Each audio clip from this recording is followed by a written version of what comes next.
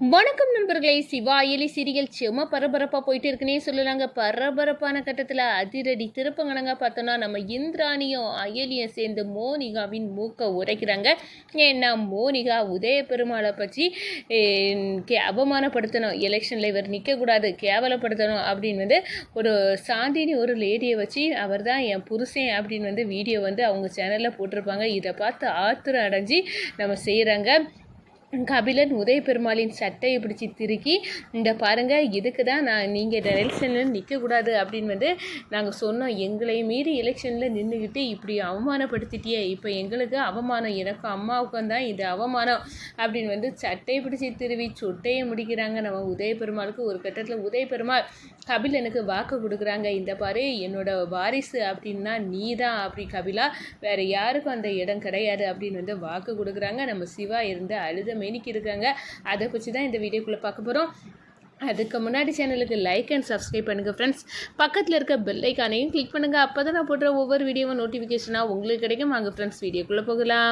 First எடுத்த உடனே பார்த்தோன்னா ஒரு செம அதிரடியான பரபரப்பு கட்டம் தான். பரபரப்பான கட்டத்தில் தான் பார்த்தோன்னா இந்த மோனிகா இந்திராணி நல்லா சந்தோஷமாக இருப்பாய் அண்ணா செலியனும் இந்திராணி கூட சேர்ந்து வாழறதுக்கு கணக்கு பண்ணி அவங்க வீட்டில் போய் இருந்துட்டு ஆனால் இந்திராணி நல்லா இருக்கக்கூடாது, நம்மளுக்கு பிஸ்னஸில் எதிரி, அவள் ஏதாவது பண்ணி அவளை முடக்கணும், அதுக்கு தான் ஒரு ரூட்டை கண்டுபிடிச்சிருக்கேன். உதய பெருமாள் வேறு எலெக்ஷனில் நின்றுட்டா அவள் சேனல் தான் நம்பர் 1 இருக்கும், அதுக்கும் ஒரு முடிவு கட்ட தான் இந்த வேலை அப்படின்னு நினச்சிக்கிட்டு மோனிகா கால் பண்ணுறாங்க இந்திராணிக்கு. இந்திராணி கால் எடுத்தோடனே, என்ன இந்திராணி சந்தோஷமாக இருக்கிறது மாதிரி இருக்குது, அப்படி இருக்கக்கூடாதுல்ல, நீ சந்தோஷமாக இருந்தால் நான் நல்லா இருக்க முடியாதுல்ல, அதுக்கு தான் உனக்கு ஒரு ஆப்பு வச்சுருக்கேன், உன் சந்தோஷத்தை கெடுக்க மாதிரி ஒன்று வச்சுருக்கேன்டி, நீ நல்லாவே இருக்கக்கூடாது, நீ அழுத மேனிக்கு அழணும், அதுக்கு தான் இந்த விஷயம் அப்படின்னு அந்த இடத்துல சொல்லு நேரம். இப்போ என்ன பண்ண போகிற சொல்லு அப்படின்னு கேட்க நேரம்.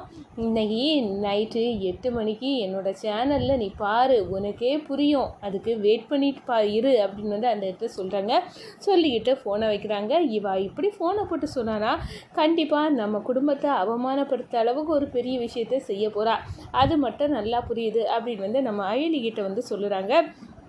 இந்திராணி இந்த பாருங்கள், மோனிகா இன்னைக்கு நைட்டு கால் பண்ணி அவள் சேனலில் ஏதோ லைவ் வருதான், அதை பார்க்க சொல்லுறா அப்படின்னு சொல்லுறோம். அவள் என்ன லைவ் போட்டால் நமக்கு என்ன, ஆனால் நம்மளை பார்க்க சொன்னால் நம்ம குடும்பம் பற்றியது தான் அப்படின்னு தெரியுது.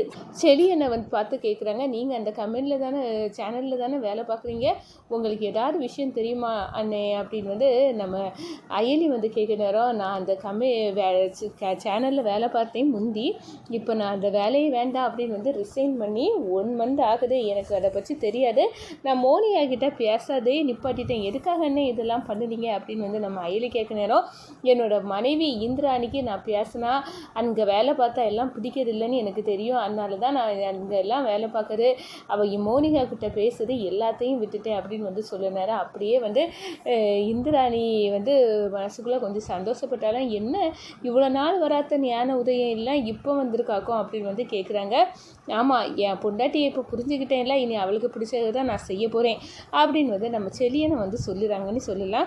இந்த சைடு நம்ம பார்த்தோன்னா நம்ம கபிலன் கையை அறுத்துக்கிட்டு இருக்காங்க. ஒரு சைடு பார்த்தோன்னா எப்படியாவது நம்ம அப்பா எலெக்ஷனில் நிற்கக்கூடாதுன்னு நினச்சா, ஆனால் அவர் நாமினேஷன் எல்லாமே தாக்கல் பண்ணிட்டாரு. ஆனால் இப்போ என்ன பண்ண, எதையாவது பண்ணி இவரது எலெக்ஷனில் மறுபடியும் நிற்கக்கூடாது, அப்படி அதுக்கு ஏதாவது ஒரு வழி பண்ணணுமே அப்படின்னு அந்த இடத்துல துடிச்சிட்டு இருக்காங்க. நம்ம வர்மா வர அப்பா எலெக்ஷனில் நிற்கக்கூடாது அப்படின்னு சொல்லார். வர்மாவுக்கு சங்கரி சிவாவோட அம்மாவை பற்றி எல்லா விஷயமும் தெரிஞ்சிருக்கு, அதெல்லாம் போஸ்டர் அடித்து ஒட்டி உங்கள் அப்பாவை நான் அவமானப்படுத்திடுவேன் அப்படின்னு என்கிட்ட மிரட்டிட்டு இருக்காரு. என்னெல்லாம் நாட்டில் நடக்குது, இப்போ இவர் எலெக்ஷனில் நிற்கிறது தான் ஒரு கேடா, எலெக்ஷனில் நின்னா எனக்கும் அம்மாவுக்கும் உள்ள மரியாதைக்கு தான் இழுக்கு, ஏன்னா வருமா 2வது மனைவி தான் செல்வநாயகி அப்படின்னு போட்டு உடைக்க போகிறான், அது பிறகு மூத்த வாரிசு சிவாவாக தான் இருக்க போகிறான், அது பிறகு எனக்கு இந்த வீட்டில் என்ன வேல்யூ இருக்குது, என் இடத்துக்கு அவன் வர போகிறான், அப்படி இதெல்லாம் நடக்கக்கூடாது அப்படின்னு அந்த இடத்துல கோபத்தோடு இருக்கிறாங்க. நைட்டு 8 மணிக்கு உதய பெருமாளின் மொத்த குடும்பமும் மோனிகா சேனலில் ஆன் பண்ணி லைவை பார்த்துட்டு இருக்காங்க. அப்படின்னா சாந்தின்னு ஒரு லேடி வந்து பேசுகிறாங்க. இந்த பாருங்கள், நான் யாருன்னா என் பேர் சாந்தி, நான் உதய பெருமாளின் மூத்த மனைவி அப்படின்னு வந்து இப்படிப்பட்ட ஒரு கேவலமான புத்தி கொண்ட ஆள் நான் இருக்க நேரமே இன்னொரு கல்யாணம் பண்ணியிருக்காரு செல்வநாயகி, கபிலன், பொன்னி, இவங்க எல்லாம் வந்து 2வது மனைவியோட பிள்ளைங்க. செல்வநாயகிக்கு பிறந்த பிள்ளைங்க தான் கபிலன், பொன்னி. அவங்களுக்கு கூட வாழ்கிறாரு, ஏன் கூட வாழலை. இப்படிப்பட்ட கேவலமான புத்தி கொண்டவரெல்லாம் எலெக்ஷனில் நின்றுக்கிட்டா நாட்டுக்கு வீட்டுக்கு எல்லாத்துக்கும் அவமானம் தான். இவர் வந்து ஒரு சுயநலவாதி, இவர் எல்லாம் எலெக்ஷனில் நிற்கக்கூடாது அப்படின்னு வந்து அந்த லைவ் ப்ரோக்ராமத்தில் வருது. இதெல்லாம் பார்த்துட்டு இருக்காங்க.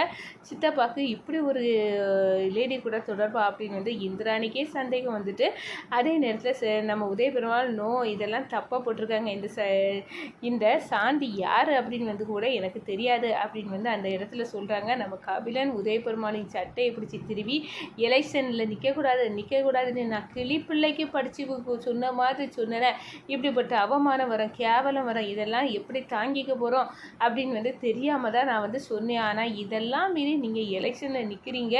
இதை நான் பார்த்தீங்களா? இப்போது எனக்கும் அம்மாவுக்கும் என்ன மரியாதை இருக்குது? உங்கள் 2வது மனைவி தான் செல்வநாயகி அப்படின்னு வர இந்த லேடி சொல்லுவு என்ன அர்த்தம் அப்படின்னு வந்து அந்த இடத்துல திருவுறாங்க. ஒரு கட்டத்தில் பார்த்தோன்னா நம்ம கபிலனுக்கு வந்து சத்தியம் பண்ணி கொடுக்குறாங்க உதய பெருமாள், என்னை பொறுத்தவரை நீ தான் என்னோட பையன், நீ தான் ஆண் வாரிசு, மூத்த ஆண் வாரிசு, எல்லா உரிமையும் உனக்கு தான் இருக்குது கபிலா அப்படின்னு வந்து சத்தியம் பண்ணி கொடுக்காங்க. நம்ம சிவா அப்படியே பார்த்து துடிச்சு போகிறாங்க, கதிகலங்கி கண்ணீர் வடிக்காங்கன்னு சொல்லலாம்.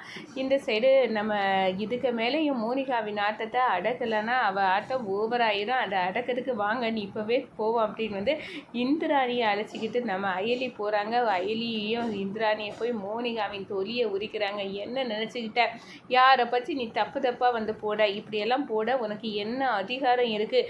அவங்க அந்த சாந்தின்னு உள்ள லேடி யார் உனக்கு தெரியல, கொண்டு வா. எங்கள் சித்தப்பாக்கும் அவளுக்கும் உண்மையிலே தொடர்பு கிடையாது அப்படின்னு வந்து அந்த இடத்துல வந்து அடியில் வெளுக்கிறாங்க மோனிகாவை. ஒரு கட்டத்தில் இந்த பாரு, நீயே உங்கள் சேனலில் போட்டதெல்லாம் தவறான செய்தி அப்படின்னு வந்து சொல்லிடு அப்படின்னு வந்து அடியில் வெளுத்து வந்து மோனிகாவை வந்து கதற விட்டு வந்து சொல்ல வச்சுட்டாங்கன்னு சொல்லலாம்.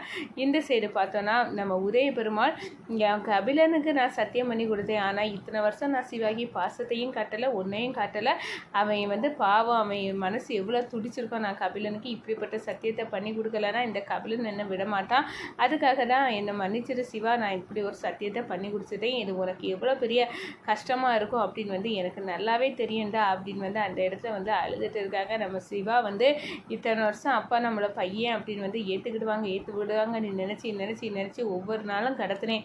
ஆனால் இப்போ அப்பாவுக்கு கபிலனுக்கு சத்தியம் பண்ணி கொடுத்துட்டாங்க. இதுக்கு மேலே இந்த வீட்டில் எனக்கு இதுக்கு பிடிக்கல, அயலியை கூட்டிகிட்டு இங்கேருந்து போயிடணும் அப்படின்னு வந்து அந்த இடத்துல வந்து அப்படியே கண்ணீர் மல்க வந்து நம்ம சிவா வந்து கரிகலங்கி வந்து நிற்கிறாங்க.